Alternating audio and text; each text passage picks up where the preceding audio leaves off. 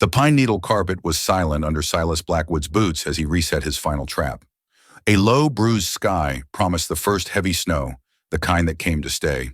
His livelihood for the entire winter depended on the pelts he could gather in this last week of autumn. Then he saw it, a smear of dark canvas against a drift where no canvas should be. Leaving his work meant risking starvation, but the mountain code was simpler than hunger, and a life was a life. He moved toward the shape with the quiet tread of a man who lived among hunters and the hunted. It was a small tent, or what was left of one, torn and flattened by a wind that had passed through days ago. Beside it, a woman lay half-covered by a dusting of new snow. She wore clothes that were fine but foolish for the high country, her city boots cracked and useless. Her face was pale as birch bark, her breathing shallow, a fragile wisp of vapor in the freezing air. He knelt, placing a rough hand against her neck. A faint, thready pulse fluttered against his calloused skin. She was alive, but the mountain was already claiming her. Around the camp, there were signs of a second person, a man from the deep tracks leading away from the site, down the pass. He had taken the mule and left the woman. Silas felt a cold anger that had nothing to do with the wind. He carefully gathered her into his arms. She was lighter than a doe, a bundle of chilled bones and damp wool. He wrapped her in his own oilskin coat, leaving himself exposed to the wind's sharp teeth. The journey back to his cabin was a slow battle against the rising storm. Each step was a choice, a deliberate planting of his feet against the treachery of hidden ice and deep drifts. The warmth of a fire is a promise against the cold. The cabin, when they finally reached it, was a dark shape against the swirling white. A bastion of pine logs he had hewn and set himself. He shouldered the door open, the scent of wood smoke and dried herbs welcoming them from the storm's fury. He laid her gently on the cot near the hearth, her dark hair spilling across the patched quilt. He worked with a quiet efficiency, stoking the fire until it roared, melting snow for water, finding the small jar of willowbark tea his mother had taught him to make. He expected her to remain unconscious for hours, perhaps days. But as the warmth of the cabin began to seep into her, her eyelids fluttered open. They were a startling, intelligent gray. Her first word was not thank you or where am I? It was a hoarse whisper, a demand. My satchel. Silas had brought it, of course, a heavy leather bag filled with books and papers. He placed it beside her. He had brought a stranger from the edge of the world into his home. The questions she carried felt colder than the storm raging outside. She called herself a Laura Vance, a botanist from Boston. For 3 days the blizzard howled, locking them inside the 2 small rooms of his cabin. The world shrank to the scent of pine burning, the taste of rabbit stew, and the vast, unspoken space between them. He watched her from his chair as she sat propped against the wall, sketching in a small, leather-bound book with a piece of charcoal from the fire. Her hands, though thin, were steady and sure. She drew the patterns of frost on the window pane, the grain of the wooden table, the shape of a dried yarrow stalk hanging from the rafters. He saw the quality of the paper she used, a heavy stock that would have cost a week's wages at the trading post down in Harmony Creek. The trading post ledger shows 3 names from last winter, none of them hers. She spoke little, offering only clipped, polite answers to his questions. She had hired a guide, a man named Finch, to take her into the Onyx Peaks. He had grown nervous about the weather and left in the night. She said it without bitterness, a simple statement of fact that made Silas's respect for her grow. A lesser woman would have raged or wept. She simply endured. On the second day, he saw her stumble as she reached for the water dipper. He moved to help her, but she waved him away, a flash of fierce pride in her eyes. He noticed then the dark bruise hidden by her sleeve, the careful way she moved her left arm. Finch had not just abandoned her, he had been rough. The knowledge settled in Silas's gut like a stone. That evening, as she slept, a single sheet of paper slipped from her sketchbook and drifted to the floor. Silas picked it up. It was a drawing of a flower, rendered in exquisite detail. It had a deep blue, almost black, center with petals the color of a winter sunrise. He had lived in these mountains his entire life, and he had never seen such a plant. At the bottom in neat script was a name he could not read. It was not a language he knew. He tucked the paper back into her book, his curiosity a sharp, bright thing. This was no simple flower enthusiast lost in the woods. She was searching for something specific, something secret. He returned the book to her satchel, his hand brushing against a small velvet-bound case. She was a puzzle dropped into his solitary life, and he wasn't sure he wanted to find the answer. The drawing was more than a picture. It was a map to a mystery he did not understand. The storm broke on the fourth morning, leaving behind a world of blinding white under a sky of impossible blue. The silence was absolute, broken only by the drip of melting snow from the eaves. Ilara stood at the door, her gaze fixed on the distant peaks, a restless energy about her that made the small cabin feel even smaller. "I must continue," she said, her voice firm. "The trail will be impassable," Silas countered, gesturing to the deep drifts. "Another week, maybe two, before it's safe." He saw the flash of frustration in her eyes, quickly masked. "I don't have 2 weeks." He spent the day digging out, clearing a path to the woodshed, checking on his small herd of goats in their lean-to. The snow was heavy, his work slow. He felt her watching him from the window, a silent, assessing presence. He had lost valuable time, and the best of the trapping season was now gone. The cost of his rescue was mounting with every shovelful of snow. When he came back inside, chilled to the bone, she had a mug of hot, sweetened tea waiting for him. It was a small gesture, but it felt like a treaty being offered. "You are looking for that flower," he said, not a question. She hesitated, then nodded. "It's called Aconitum boreale, the sun-heart bloom in the common tongue." "Never heard of it." "Few have," she replied. "It is said to grow only in one place, a high valley shielded from the wind, where the sun strikes first at dawn." She paused, gathering her resolve. "It has properties, medicinal."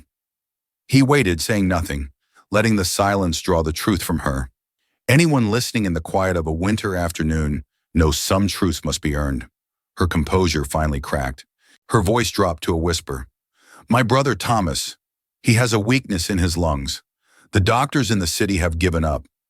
But I found a reference, in an old text, to this plant." She reached into her satchel and pulled out the velvet case he had felt earlier. She opened it. Inside, nestled on a bed of faded silk, was a single pressed petal. It was the same luminous color as the one in her drawing. "The crate it came in bears a mine mark that matches the seal on her papers. This was sent to my father years ago by a prospector," she explained. "A curiosity. The letter that came with it described where he found it. That is my map." Now he understood the desperation, the reckless drive that had brought her into the mountains on the cusp of winter. It was not academic curiosity, it was love. His lost furs suddenly seemed like a small price to pay. He was no longer just a trapper, he was part of her quest. He began to see her not as a burden, but as a partner of sorts in their shared confinement. He taught her the small rhythms of his life. She learned to bank the fire at night, to grind the coffee beans, to distinguish the tracks of a snowshoe hare from those of a squirrel. In return, she shared pieces of her world. She read to him in the evenings from a book of poetry, her quiet, cultured voice filling the cabin with words and images he had never known. He found himself listening not just to the stories, but to the sound of her voice itself, a low melody against the crackle of the fire. One afternoon, he was repairing a snowshoe, his fingers clumsy with the stiff leather bindings. Ilara watched him for a moment, then came over. "Allow me," she said. She took the awl and sinew from him, and her slender fingers worked with a surprising dexterity, weaving a tight, perfect knot he had struggled to master. "My father believed a lady should be able to mend her own riding tack," she explained, a faint smile touching her lips. It was the first time he had seen her smile. It changed her face, softening the severe lines of her determination. The small moment shifted something between them. He was not just her rescuer, and she was not just a woman in distress. They were two people, caught in the pause between a storm and a journey. He found himself telling her about his parents, how they had built this cabin with their own hands, how his father had taught him to read the mountains, and his mother had taught him to read the stars. He had not spoken of them to another soul in years. The land deed carries an old stamp, a signature from a territorial governor long since gone. She listened, her gray eyes thoughtful, and he felt the locked rooms of his own heart begin to open. Later that week, while searching for a spare whetstone, He accidentally knocked over her satchel. A small wooden box fell out, spilling its contents. It was full of letters tied in a silk ribbon. One had come loose. He picked it up to put it back, but the handwriting caught his eye. It was a man's script, angry and sharp. "You will not defy me in this, Alara. The physicians have spoken. Pursuing this folly will only bring disgrace upon our family name." It was signed, "Your father." The letter was dated only a month ago. She was not just fighting for her brother's life. She was doing it in defiance of her own family. The petal she carried was not a gift, it was stolen hope. This journey was an act of rebellion, not just of love. The trails were finally clear enough for Silas to travel down to Harmony Creek for supplies. He needed salt, flour, and news.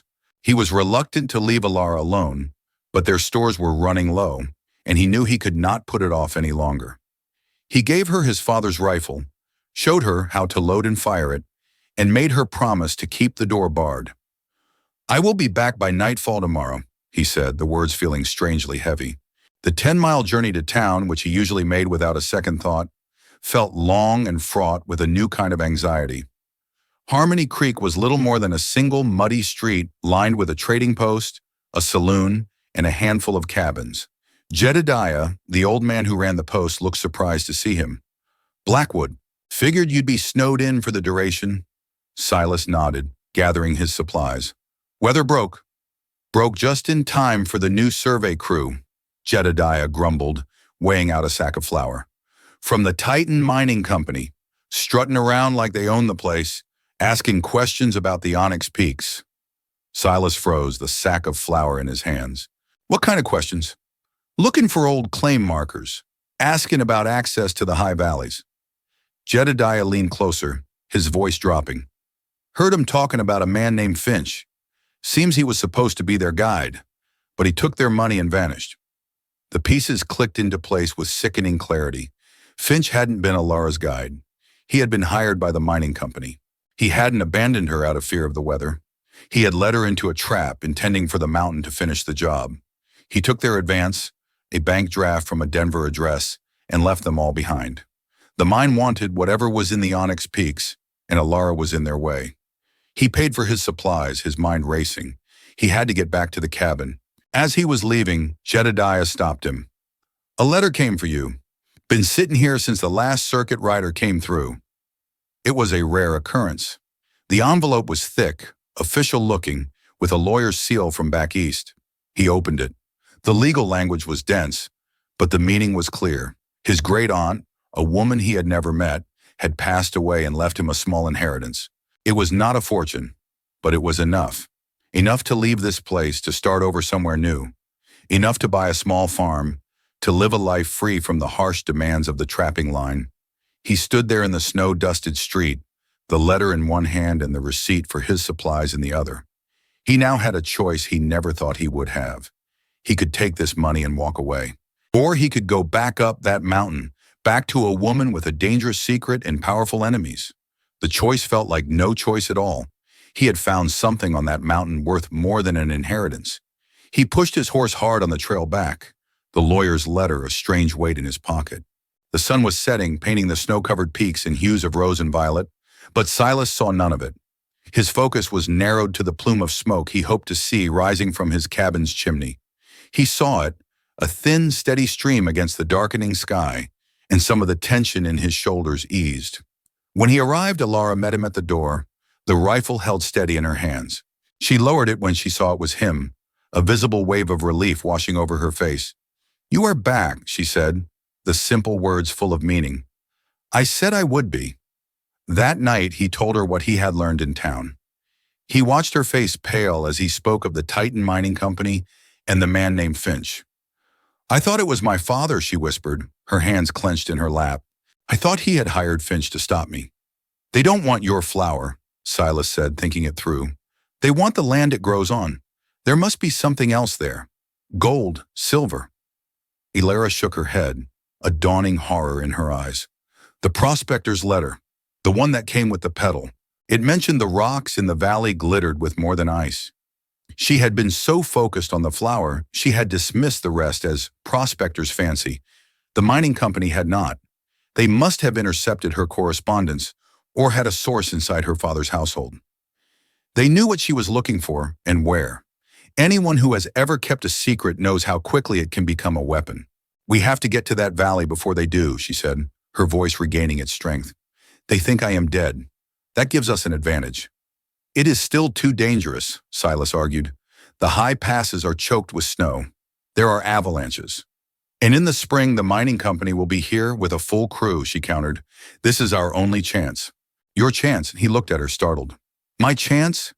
"To guide me," she said. "I will pay you. Whatever you ask."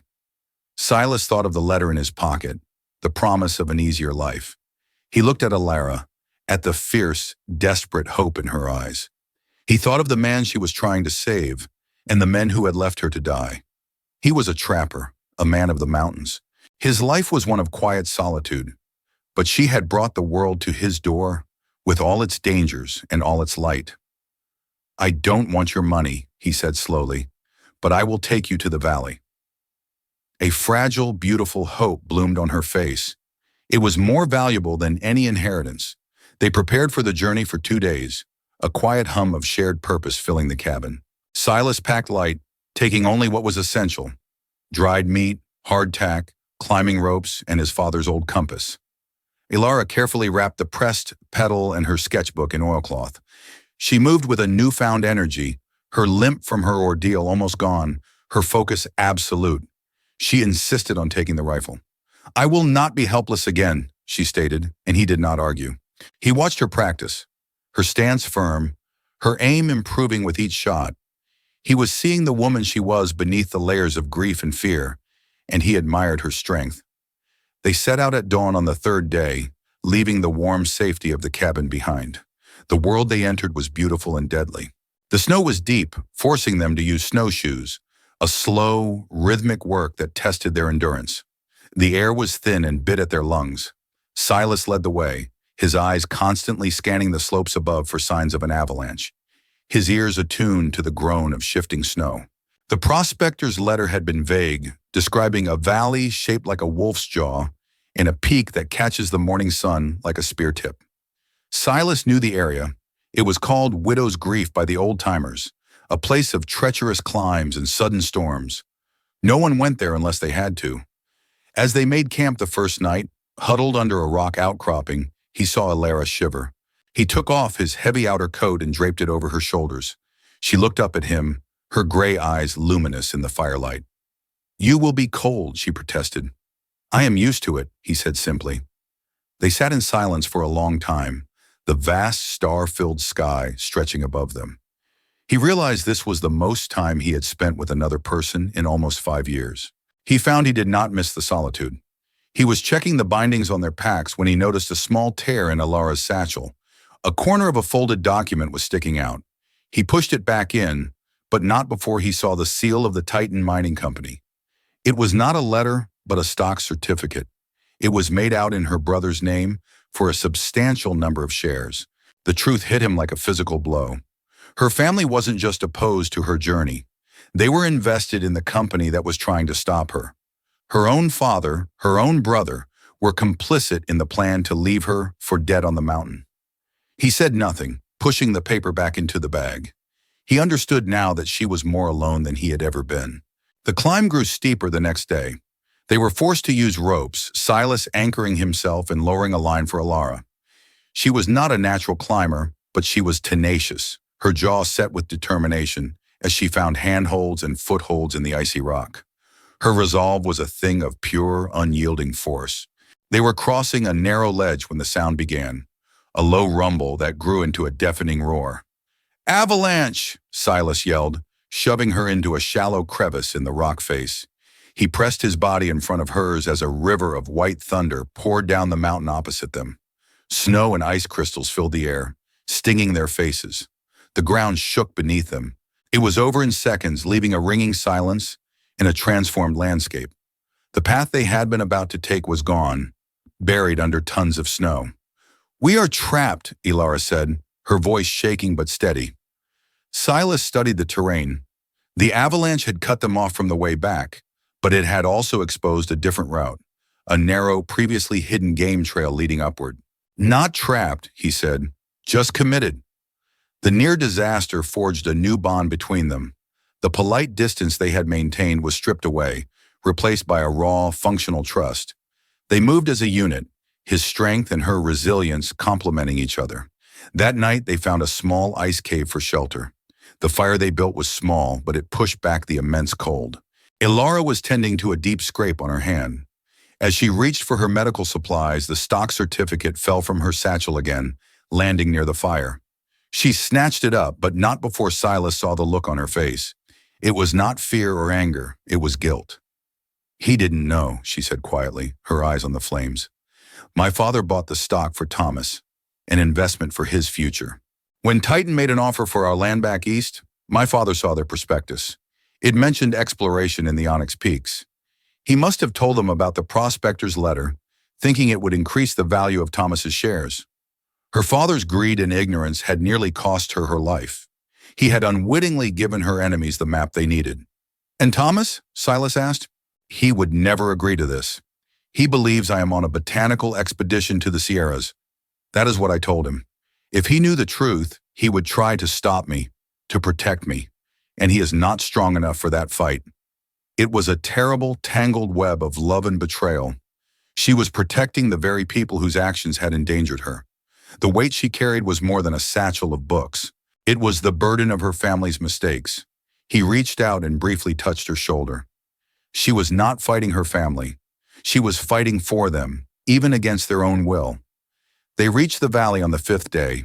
It was just as the prospector's letter described. A bowl of unexpected green nestled between jagged peaks. A trick of the mountain's geography created a microclimate here, shielding it from the harshest winds. The sun, striking the high eastern ridge, cast long shadows that made the place feel sacred and hidden. And everywhere, there were the flowers. They grew in thick clusters, their petals a luminous shade of dawn, their centers a deep, velvety blue-black. They seemed to drink the light. Ilara fell to her knees, tears streaming down her face. It was a moment of pure, unadulterated triumph. She had done it. She had defied her father, her enemies, and the mountain itself. She carefully began to harvest the blooms, placing them in a special container from her satchel designed to keep them fresh.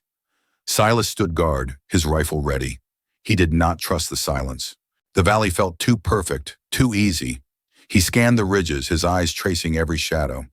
That is when he saw it, a glint of sunlight on metal. It was high up, on the northern rim of the valley. A spyglass. They had been watched. "We have to go," he said, his voice low and urgent. "Now!" As they hurried to leave the valley, he found what he had been subconsciously looking for. On a flat, exposed rock face, nearly hidden by a hardy scrub pine, were a series of carvings. They were old, weathered by countless seasons. They were not claim markers. They were symbols, glyphs of a kind he had never seen before. But the meaning was clear. They depicted men falling ill after drinking from a certain stream, a stream that flowed from the heart of the valley. The same stream that nourished the sunheart blooms. The flower was not a cure. The land was the source of the sickness. The prospector hadn't died of a fall, as the letter suggested. He had been poisoned by the very ground he thought was a treasure. The land deed carries an old stamp, but the survey map attached to it has this valley marked as unfit. The mining company didn't want to mine for gold. They knew the flowers were poisonous. They were letting her find them, letting her take them back to her brother. They were not trying to stop her. They were using her as a weapon. With her brother gone, her father would be the sole heir to the family fortune. A fortune Titan Mining clearly wanted to control, likely through a planned merger or buyout that her father, in his grief, would easily agree to. Finch hadn't been sent to kill her. He was sent to make sure she was delayed just enough for the company's observers to get in place, to ensure she found the flowers and began her journey home. Her success was meant to be their ultimate victory. The journey was not an act of rebellion. It was a perfectly orchestrated trap. The descent was a nightmare. A new storm was rolling in, and the knowledge of the watchers on the ridge lent them a desperate speed. Every shadow seemed to hold a threat. Silas did not tell Ilara what he had discovered. He could not bring himself to destroy her hope. Not yet. He needed to get her to safety first. The truth could wait. They were halfway down the main pass when they found the descent was a race against the setting sun and the storm gathering at their backs. Silas did not tell her what he had seen, what he had understood from the ancient warnings carved in stone. Her triumph was too new, too fragile, and he could not be the one to shatter it.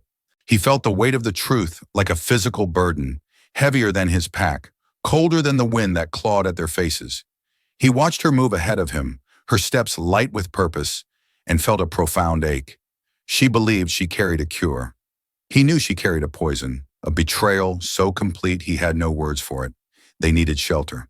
The storm was coming on fast now, the sky turning the color of a deep bruise, the wind carrying the sharp scent of heavy snow. He remembered a place from his youth, a deep overhang of rock not far from the pass, a hunter's refuge. He guided her toward it, his urgency a silent thing communicated by the pressure of his hand on her elbow. They reached the shelter just as the first thick flakes began to swirl down, a dense curtain that erased the world behind them. The space was small, barely a cave, but it was deep enough to protect them from the wind. He set about building a fire with the dry wood he always kept stashed in such places, his movements economical and swift. Ilara unpacked the container with the flowers, checking them with a tender reverence that twisted something in his gut. She looked up at him, her face illuminated by the growing firelight, her gray eyes bright with a victory she did not know was hollow. She was beautiful in that moment, fierce and alive. The knowledge of what he had to do sat like a stone in his chest. He could not let her leave this mountain with that poison. He could not let her complete her assassin's errand. He waited until she had eaten, until the warmth of the fire had eased the chill from her bones. The storm howled outside, a wild and lonely sound. But in their small shelter, a fragile peace had settled. He had to break it. He took a burnt stick from the edge of the fire. On a flat, smooth stone at his feet, he began to draw. He did not use words. He drew the valley, the stream flowing from its heart. He drew the flowers growing on the banks of the stream. Then he drew the symbols he had seen carved into the rock. The stick man drinking from the water. The same man bent in sickness, then lying still.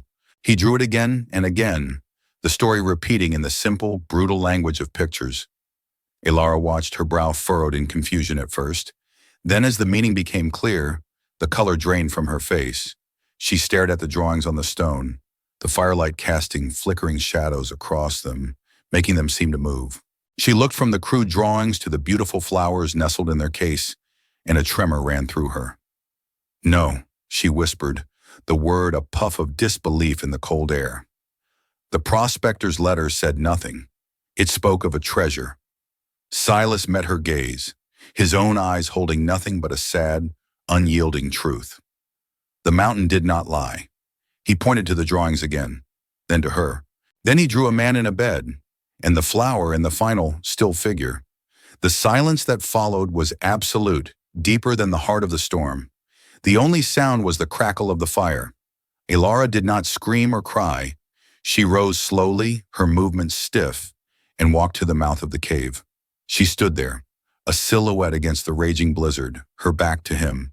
He could feel the shock radiating from her, a coldness that had nothing to do with the weather.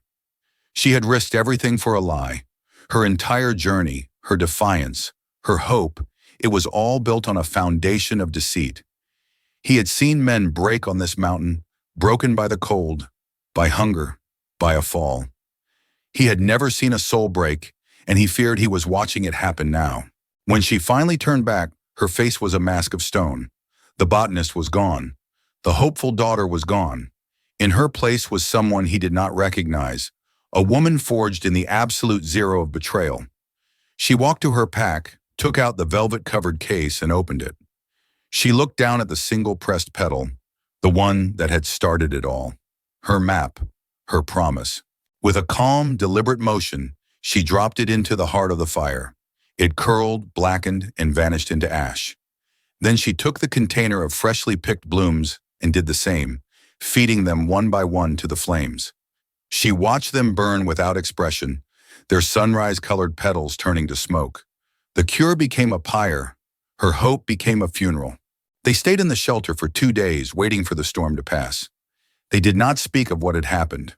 They did not speak at all. A wall of silence stood between them, built of her grief and his pity. He hunted, bringing back a snowshoe hare, which they cooked and ate without tasting. He watched her. She sat for hours staring at the cave wall, her sketchbook lying unopened in her satchel. He thought he had lost her, that the woman he had pulled from the snow had finally been claimed by a deeper, more lethal cold. But on the third morning, the storm broke. A weak, watery sunlight filtered into the cave. Alara stirred as if waking from a long illness. She picked up her sketchbook and a piece of charcoal. She did not draw flowers or frost patterns. She began to write. Her hand moved across the page with a feverish intensity. She filled page after page with tight, controlled script. She was not sketching. She was planning. She was building a case, outlining every detail, every name, every date she could remember. The prospector's letter, her father's conversations, the stock certificate, Finch, the Titan Mining Company. She was turning her grief into a weapon. When she was done, she looked at Silas, and her eyes were clear for the first time since the fire. The pain was still there, a deep, permanent shadow, but it was overlaid with a cold, hard clarity. "My brother is still in danger," she said, her voice quiet but strong. "They failed to use me as their instrument. They will find another way. We have to get to him first." The word she used was we. It was not a question or a request. It was a statement of fact. Their journey was not over. It had simply changed direction. He nodded slowly. He understood. His life of solitude was over, ended by the woman the mountain had sent him. The path back to his cabin was different. They moved not with the desperation of escape, but with the grim purpose of soldiers preparing for a war. As they neared the ridge overlooking the valley of the Sunheart Blooms, Silas held up a hand, stopping her. He crept forward, his senses on high alert. He had a hunter's instinct for when things were wrong, and the silence here was wrong. The valley below was no longer pristine. It was scarred. A large temporary camp had been erected near the stream. Mules stood tethered in a makeshift corral, and men, dozens of them, were moving through the flowers. They were not harvesting them. They were systematically burning them, scorching the earth with large, flame-belching contraptions. Alara came to his side, her breath catching in her throat. It was a crew from the Titan Mining Company. They were destroying the evidence. They must have learned that she had survived, that their plan had gone wrong. Now they were erasing the valley, erasing the poison, erasing the very existence of the flower. They were sanitizing their crime scene. "We have to go," Silas said, pulling her back. "They know you are alive. Now they will be hunting you, not to use you, but to silence you." They slipped away, melting back into the trees, two ghosts against a white landscape. The sight of the burning valley had confirmed everything. It gave them proof, but it also made them targets. The company would not be careless now. There would be no more proxies like Finch. The men they sent next would be professionals. They did not return to the cabin. It was the first place the company would look. The cozy sanctuary had become a trap. Instead, Silas led her on a difficult, winding path through the back country, a route known only to him, toward Harmony Creek. It was a longer journey, and they were low on supplies, but it was safer. During a rest stop in a thicket of ancient pines, he pulled the lawyer's letter from his coat. He had forgotten about it, about the promise of a different life. He handed it to her. She read it, her expression unreadable. "A fortune," she said, her voice flat. "It is a beginning," he replied, echoing her own words from a lifetime ago. "Or it is an end. You can take this. Disappear. Start a new life where no one can find you." He was offering her an escape, a way out of the fight that was now hers. He watched her face, seeing the temptation flicker in her eyes. The thought of peace, of anonymity, was a powerful lure. She could let the world of her father and the Titan Mining Company consume itself. But then she shook her head. She handed the letter back to him. "They took my name," she said, her voice shaking with a quiet, controlled rage. "They tried to turn me into a monster, to use my love as a weapon. I cannot run from that. I will not." She looked at him, her gaze direct and unwavering. "But what about you, Silas? This is your life, your freedom from this mountain. I have no right to ask you to give it up." He looked at the letter in his hand, the neat columns of numbers that promised an easy life.